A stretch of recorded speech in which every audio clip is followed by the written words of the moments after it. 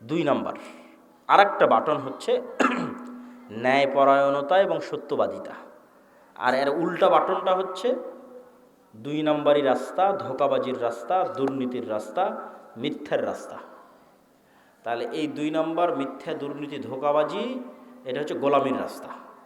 সত্যবাদিতার ন্যায়পরায়ণতা এটা হচ্ছে নেতা হওয়ার রাস্তা। তাহলে তোমাদের 300 আসনের যে এমপিরা আছে, এরা সবাই গণতান্ত্রিক সিস্টেমের মধ্যে লবি, লিয়াজু, ধোঁকা, টাকা পয়সা, লেনদেন, এই গোলামির রাস্তার মধ্যে দিয়ে তারা নেতা হচ্ছে। তাহলে এই গোলামির কালচারের মধ্যে দিয়ে যারা এমপি হচ্ছে, এরা নেতা না গোলাম? এত আস্তে বললে হবে? নেতা না গোলাম? গোলাম। নেতা নয়। আপনি মনে করছেন নেতা, কিন্তু নেতা নয়। কেন নেতা নয় সেটাও বলে দিই। যে এই 2 নম্বরই রাস্তার কালচারের মধ্যে দিয়ে এমপি হচ্ছে, মিনিস্টার হচ্ছে, প্রাইম মিনিস্টার হচ্ছে, ওকে কালকে ভারত আর আমেরিকা টাকা দিয়ে কিনে নিতে পারবে। ওকে বলবে যে বাংলাদেশে যা দুর্নীতি করার লাগে করো, সব টাকা পাচার করে আমার দেশে পাঠাও, জনগণ যখন ধরে মার দিবে আমার দেশে চলে আসিও। তাহলে ও নেতা না গোলাম? গোলাম। তাহলে ততক্ষণ নেতা হওয়া যায় না যতক্ষণ শতভাগ সত্যবাদী ন্যায়পরায়ণ না হওয়া যায়। আর কোন রাস্তা নাই পৃথিবীতে নেতা হওয়ার। ওসি, ডিসি, এসপি, মন্ত্রী, মিনিস্টার, রেসিডেন্ট, সাব রেজিস্ট্রার, মাদ্রাসার শিক্ষক, প্রধান শিক্ষক, আলেম ওলামা, হুজুর, ইসলামী দল সংগঠন, সবার মধ্যে বাহ্যিক ইসলাম আছে। বেশিরভাগের মধ্যে 50% হয়তো সালাত আদায় করে, 60-70% হয়তো উমরা করে। কিন্তু এই চেয়ারটাতে যখন বসতেছে, তখন চেয়ারের আমানত আর রক্ষা করে না। তখন 2 নম্বরই রাস্তা অবলম্বন করে, ঘুষ, সুদ, দুর্নীতি, টাকা পয়সা সবগুলোর মধ্যে ঢুকে পড়ে। তাহলে সে আসলে বুঝেইনি ইসলাম কি, সে আসলে মোনাফিক। সে কি? মোনাফিক। এটা রাসূল সাল্লাল্লাহু আলাইহি ওয়াসাল্লামের হাদিস যে সে মোনাফিক। এখন আপনারা সাগাটার মানুষ কেমনে পরীক্ষা করবেন যে আপনি নেতা হওয়ার যোগ্য না যোগ্য না? জ্ঞান আর শিক্ষার পরীক্ষাতে এমনি করতে পারবেন, জ্ঞান অর্জন শিক্ষার সাথে আছেন কিনা। ন্যায়পরায়ণতা, সত্যবাদিতার পরীক্ষা কেমনে করবেন? আপনারা যদি আপনাদের পিতার সম্পত্তিতে নিজ নিজ বোনকে ন্যায়ের সাথে, ইনসাফের সাথে তার যে সম্পত্তি পাওয়ার হক সেটা দিয়ে থাকেন, তাহলে আপনার মধ্যে নেতা হওয়ার গুণ বিরাজমান আছে। আর যদি না দিয়ে থাকেন, যমুনার চরেরটা বোনকে, আর যেটা বেশি দামি রাস্তার পাশে উঁচু সেটা নিজে, ভিটা বাড়ি নিজের, আর যেটাতে আবাদি হয় না, ডুবে থাকে 6 মাস, সেটা বোনের, অথবা দেনইনি বোনকে, তাহলে আপনার মধ্যে গোলামির স্বভাব বিরাজমান আছে। আপনিও গোলাম, আপনার পরবর্তী 14 পুরুষ পর্যন্ত গোলাম থাকবে। এবং আপনাকে যদি আমি আজকে বাংলাদেশের প্রধানমন্ত্রী বানিয়ে দিই, আপনি গত 16 বছরের চেয়ে বেশি দুর্নীতি করবেন।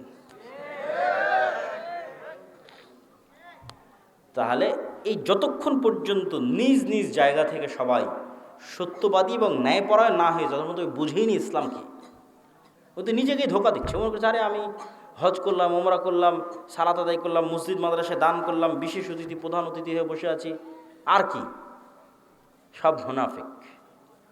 ইজা তুমি না খানা, মুনাফিকের আলামত হচ্ছে দায়িত্বের আমানতের সাথে খেয়ানত করে। এদের অন্তরে ঈমান ঢোকেনি, এদের বাহ্যিক ইবাদত কবুল হবে না, এদের বাহ্যিক ইবাদত কাজে দিবে না। লা ঈমান আল ঈমান লা আমানাত লাহু। যে অন্তরে ঈমান ঢুকে গেছে, ওই অন্তরে আমানতের খেয়ানত ঢুকতে পারে না। যে অন্তরে আল্লাহর ঈমান ঢুকে গেছে, ওই অন্তরে 2 নম্বরই রাস্তা ঢুকতে পারে না।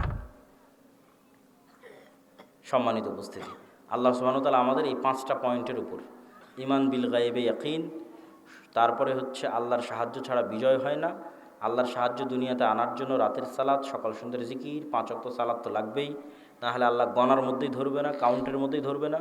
তার পাশাপাশি সর্বোচ্চ পর্যায়ের জ্ঞান এবং সর্বোচ্চ পর্যায়ের শতভাগ ন্যায়পরায়ণতা এবং আমানতদারিতা। এরকম যদি 500টা মানুষও তৈরি হয়, শুধু বাংলাদেশে না, পৃথিবীতেই ইসলাম বিজয়ী হয়ে যাবে, শুধু বাংলাদেশে না, ইনশাআল্লাহ। এই বলে সংক্ষিপ্ত বক্তব্য এখানেই শেষ করছি। সুবহানাক আল্লাহুম্মা ওয়া বিহামদিকা আশহাদু আল্লা ইলাহা ইল্লা। আচ্ছা, কিছু প্রশ্ন আছে, একবার এভাবে হইচই করে ভাঙিয়েন না, প্রশ্ন উত্তরগুলো দিতে থাকি, তারপরে ধীরে ধীরে উঠিয়ে। মসজিদে কারো দাবি থাকলে সেই মসজিদে নামাজ হবে কি? দাবিটা কি রকম? কেউ যদি বলে এই মসজিদের মালিক আমি নিজেই একাই, এটা বলা যাবে না। মসজিদ আল্লাহর রাস্তায় ওয়াকফ করে পরিচালনার দায়িত্ব নেওয়া যেতে পারে। কোরআন ও সহিহ হাদিস এবং ইত্যাদি সনদ অনুসারে দল নাকি রাজাদের মতামত জানতে চাই। একটা দল সম্পর্কে প্রশ্ন, আমি এগুলো দলের নাম ধরে কোনো প্রশ্নের উত্তর দেওয়া পছন্দ করি না। যমজ বাচ্চার জন্য আলাদা আলাদা খাসি জবাই না করে একটা গরু জবাই করলে কি আকিকা হবে? হবে না। আমি বিবাহ করার সময় 1 টাকাও নেব না, মোহরানার টাকা আমার সামর্থ্য অনুযায়ী করতে পারবো কি? কিন্তু মেয়ের পরিবার তাদের ইচ্ছাই করে, এমতো অবস্থায় আমার করণীয় কি? মেয়ের পরিবারকে বুঝিয়ে একটা মাঝামাঝি রাস্তা অবলম্বন করবা, একবারে বেশিও না একবারে কমও না। জুমার সালাতের পর মাহফিলের পরে বিবাহ পড়ানোর পরে যেসব হুজুর মোনাজাত করে ওইসব হুজুরের কি হবে? আবার কি হুজুর জানে এসব বেদাত? তাও কেন মোনাজাত করে? এই মোনাজাতের ফতোয়া দিতে দিতে আমার আব্বার জীবন পার হয়ে গেছে, আমি আর কত ফতোয়া দেব?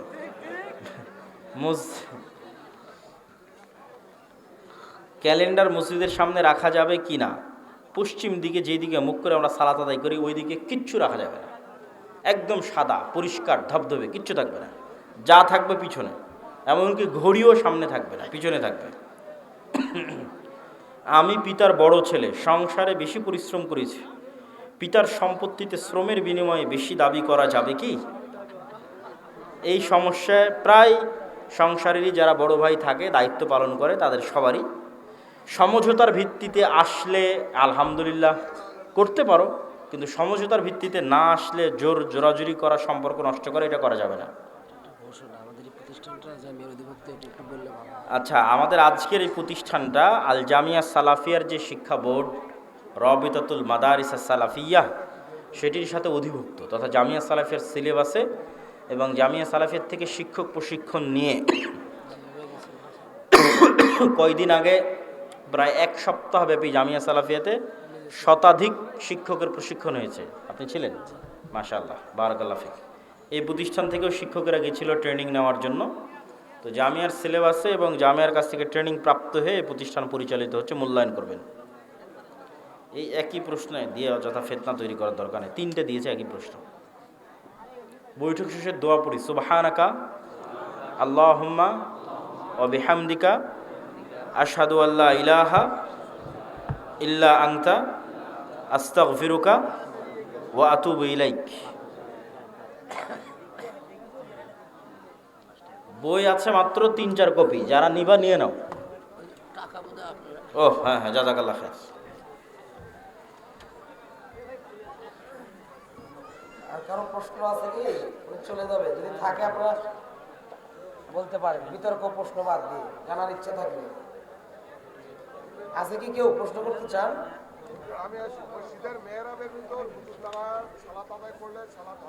এটার উত্তর আমি জানি না বাবা। মেহরাবের বিতর্কিত, আমি পরে বিতর্কিত মাসালা, এটা নিয়ে এর আগে যে যা উমরা করা যাবে, হ্যাঁ, আমি 30 সালে হজে গেলাম, তার আগে মানে 25 সালে আমি উমরা করতে যাব, এরকম কি আছে? আমাদের মাদ্রাসার ক্যালেন্ডার আছে সামনে গেটে। তারপর আমাদের এলাকায় আসলাম নাকি না কোন এলাকায়?